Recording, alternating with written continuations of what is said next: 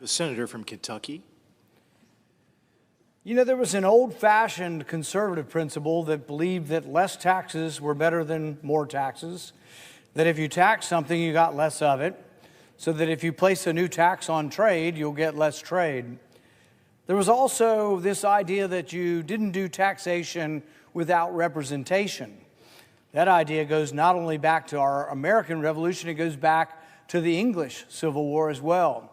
It goes back to probably Magna Carta. I mean, for hundreds of years, the English were arguing of the supremacy of Parliament, that Parliament would be able to have the power over the king. So when we were leading up to the Revolution, the cry from James Otis was, "Taxation without representation is tyranny." This was the words of James Otis, but they still ring true today. It should not come as a surprise that a country founded on a tax revolt, one person is not allowed to raise taxes. Our founding fathers saw this and said, no, we want to make sure that the authority of taxation begins not only in Congress, that it actually originates in the House, the body closest to the people. Our Constitution forbids taxes from being enacted without the approval of Congress. And yet here we are. An emergency has been declared, as the senator from Virginia remarked, everywhere. There's an emergency everywhere. Sounds like an emergency everywhere is really an emergency nowhere. But despite the constitutional restraints or constraints on executive power, Americans have now been ordered to pay higher taxes in the form of tariffs, but without the consent of Congress. The tariffs we discuss today are global tariffs. Just about every country in the world is subjected to at least a 10% tariff, to say nothing of the dozens of countries whose imports will be taxed at a much higher rate. Congress didn't debate these tariffs. Congress didn't vote to enact these tariffs. The tariffs are simply imposed by presidential fiat, by proclamation. Government by one person assumes all power by asserting a so-called emergency is the antithesis of constitutional government. It was Montesquieu that our founding fathers looked to in setting up the separation of powers. And Montesquieu said that when you unite the power, the legislative power with the executive power in the body of one person, that no liberty can exist. They worried about this. They fretted about it. They worried about having too much power of the president, and so they severely constricted the power of the presidency. They said the president couldn't take us to war, only Congress could. They said the president couldn't spend money, only Congress could. They said the president couldn't tax people, only Congress could. These were the very bedrock and still are the very bedrock of our constitutional principles, and yet people, particularly on my side, are looking away and saying, oh, whatever. We'll just let the president do whatever. Look, I supported President Trump. I still support President Trump on many things, but I'm not for a country run by emergencies. Even if the person were doing what I wanted and it was, making every day my birthday, I would not be for that unless we deliberated upon that. There are constitutional processes that are incredibly important. The Constitution doesn't allow the President of the United States to be the sole decider. Even the President must abide by the proper limits of executive power. Thankfully, our Constitution does more than merely hope that our chief executive will remain within the confines of the Constitution. Our Constitution explicitly limits the power of the presidency. Our founders led a rebellion against a king precisely over this. They went to great lengths to circumscribe and limit the power of the presidency. Devoted as they were to the preservation of individual liberty, the founders divided power among three branches of government. But more importantly, those three branches were to check and balance each other to prevent one branch from accumulating too much power. Madison wrote in the Federalist Papers, the Constitution was to pit ambition against ambition. The natural ambition of men and women to accumulate power was to be checked by other branches of people who would say, you can't have that power, it's our power. That pitting of ambition back and forth was to constrain government. It was to constrain government from running away and power from being run away with one person. The Founding Fathers empowered Congress with tools to ensure that the liberties of the people would not be threatened by one-person rule. The Founders would not be surprised that the executive would attempt to aggrandize power at the expense of the legislature. They would have expected it. Indeed, they did expect it. But they would be surprised, the Founders would be shocked that Congress would voluntarily and recklessly and fecklessly give up their power to the presidency to submit to emergency rule. The Founders would not have expected the House of Representatives to become so craven as to refuse to even allow a vote on ending the emergency. The law says that the vote we will have is mandatory. It is privileged. The Senate will adhere to the law. The House will not have a vote. The House, in its haste to give away its power to tax, actually passed a rule to prevent a mandatory vote on ending the emergencies. They prevent it because the rule says that days no longer exist. They declared that legislative days will not exist despite the legislature continuing to meet each day.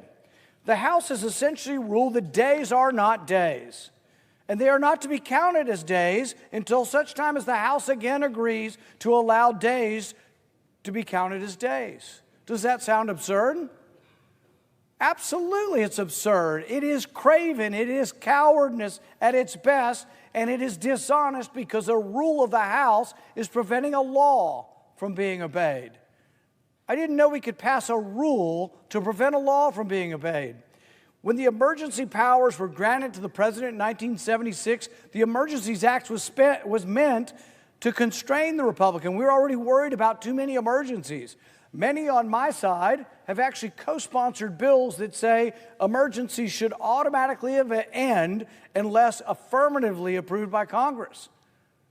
Many of those people now are looking the other way. They're looking the other way and say, well, it's our president now. I had a reform of the Emergencies Act under the previous president, a Democrat. I had the same bill under a Republican. This should not be a partisan issue. The Founders would not have expected the upper chamber, the Senate, to let the novel use of a statute traditionally used to sanction adversaries to become used for tariffs, to tax American people, and to let it go unchallenged. This is not constitutionalism. This is cowardice. Our system of government cannot work when Congress abdicates its legislative authority. Madison said we would pit ambition against ambition. But what if we have presidential ambition and we have congressional acquiescence? We have congressional timidity. We have congressional non-entity, choosing to become a non-entity and not participate, do whatever you want. It's a recipe for disaster. Madison and those of the revolutionary generation would have expected members of Congress to jealously guard their authority from the imperial pretensions of the chief executive. To endorse governance by emergency rule is to fail to live up to what the Constitution demands of us. And failure to do our constitutional duty is an invitation to further emergency rules. I know some Republicans like the idea of taxing trade. But what if there's a next president is a Democrat who says, by emergency rule, I decree there will be no gasoline-using cars. We will have only electric cars. That's what we're preparing ourselves. Every distortion of the checks and balances of powers gets worse. Every time a party changes hands, they say, well, you guys did this, so we're going to leapfrog and do this. And it goes back and forth until the individual citizen knows nothing other than the loss of liberty.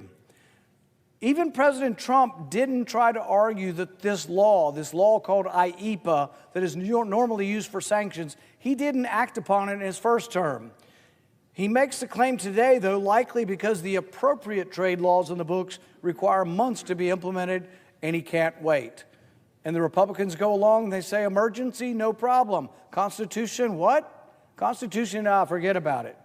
Members of his political party will stand by his assertion. Some may cast their actions today as an exercise of party loyalty. Some may even be praised by Pennsylvania Avenue.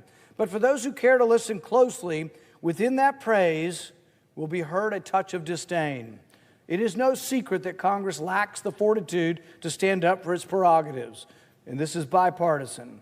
Presidents in both parties routinely exceed their power because they know that Congress has weakened itself to such an extent that it cannot challenge and will not challenge executive overreach. Congress delegates its legislative authority to the president so that the laws we live under are in reality written by bureaucrats who the people do not know, will never meet, and cannot hold accountable through elections. But I don't want to let off both parties on this. The powers that have been given to the president over trade have been given to the president by Congress over many decades. Congress acquiesced. Congress said, here, we don't want to deal with it. You can have it. Congress today can scarcely be bothered to even consider individual appropriation bills. By consistently waiting until the last second to pass massive funding bills and threaten a government shutdown, the leadership deprives Congress of what Madison called its most complete and effectual weapon, the power of the purse. We just put it all in one bill. And they say, if we don't vote for it, you're for shutting the government down. You can't shut the government down, so you got to vote for the massive bill, which includes more pork than you can probably ever imagine. Congress has unique among the three branches, unilaterally disarmed and demonstrated itself unable and unwilling to check the executive. If Americans are to live under this emergency rule, it will not be because the president sought too much power. It will be because Congress let it happen. If Americans are to live in a country where the president alone decides what is to be taxed, at what rate, and for how long, it will be because Congress is too feeble to stand up for the interest and bank accounts of the people. If Americans live in a country where their elected representatives in the legislature cannot or will not speak for them, it will be because those representatives silenced themselves. They gave in. They did not stand up and do their duty. We can show the people that the constitutional principle of the separation of powers still means something, and that we can successfully challenge the presidential attempt to raise taxes without the consent of Congress. Tariffs are taxes, plain and simple. Tariffs don't punish foreign governments, they punish American families. When we tax imports, we raise the price of everything from groceries to smartphones to washing machines to just about every conceivable product. Voters in the last election indicated they were fed up with high prices. Every time Americans went to the grocery store, they were reminded that inflation and putting food on their family's table was more difficult and left them with less money for other necessities. Many pundits say the 24 election hinged on promises to reduce inflation and lower taxes. Does it make any sense to impose a tax on imports that will make all Americans worse off? Shouldn't we learn from our success? We should ask ourselves a fundamental question: is trade good? Well, trade is simply capitalism. Trade never occurs unless you want a product more than you want your money. Has anybody made a trade, a voluntary trade, that you thought you were being ripped off? No, you buy stuff only because you think you're making a good deal. Those who say that, oh no, we're being ripped off, it's a fallacy. It asserts that one of the parties must necessarily lose or be taken advantage of. The argument belies a fundamental misunderstanding of trade. By definition, every voluntary trade is mutually beneficial. Trade is good, and that isn't an opinion, it's a fact. For at least the last 50 years, as trade rises, so does wealth. And people say the middle class has gotten smaller, slightly, but only because they've moved to the upper class. These tariffs will make Americans poorer, and they will make defenders of those tariffs pay. Tariffs bring us closer to the day when the people are ruled by a czar of industrial policy. When that day comes, we will wish we had defended the Constitution when we still had the power to do so. We cannot afford to stand idly by while the constitutional principle of the separation of powers is eviscerated. Legislators who stand aside and abdicate the power to tax will one day rue the accumulation of power in the office of one person. I stand against this emergency, I stand against these tariffs, and I stand against shredding the Constitution. I have no animus towards the president. I voted for him and support his administration. I come to the floor today not because I want to, but because I am compelled to. I love my country and the principles upon which it is founded. The oath I took upon taking this office is the Constitution of the United States, and not to any person or faction.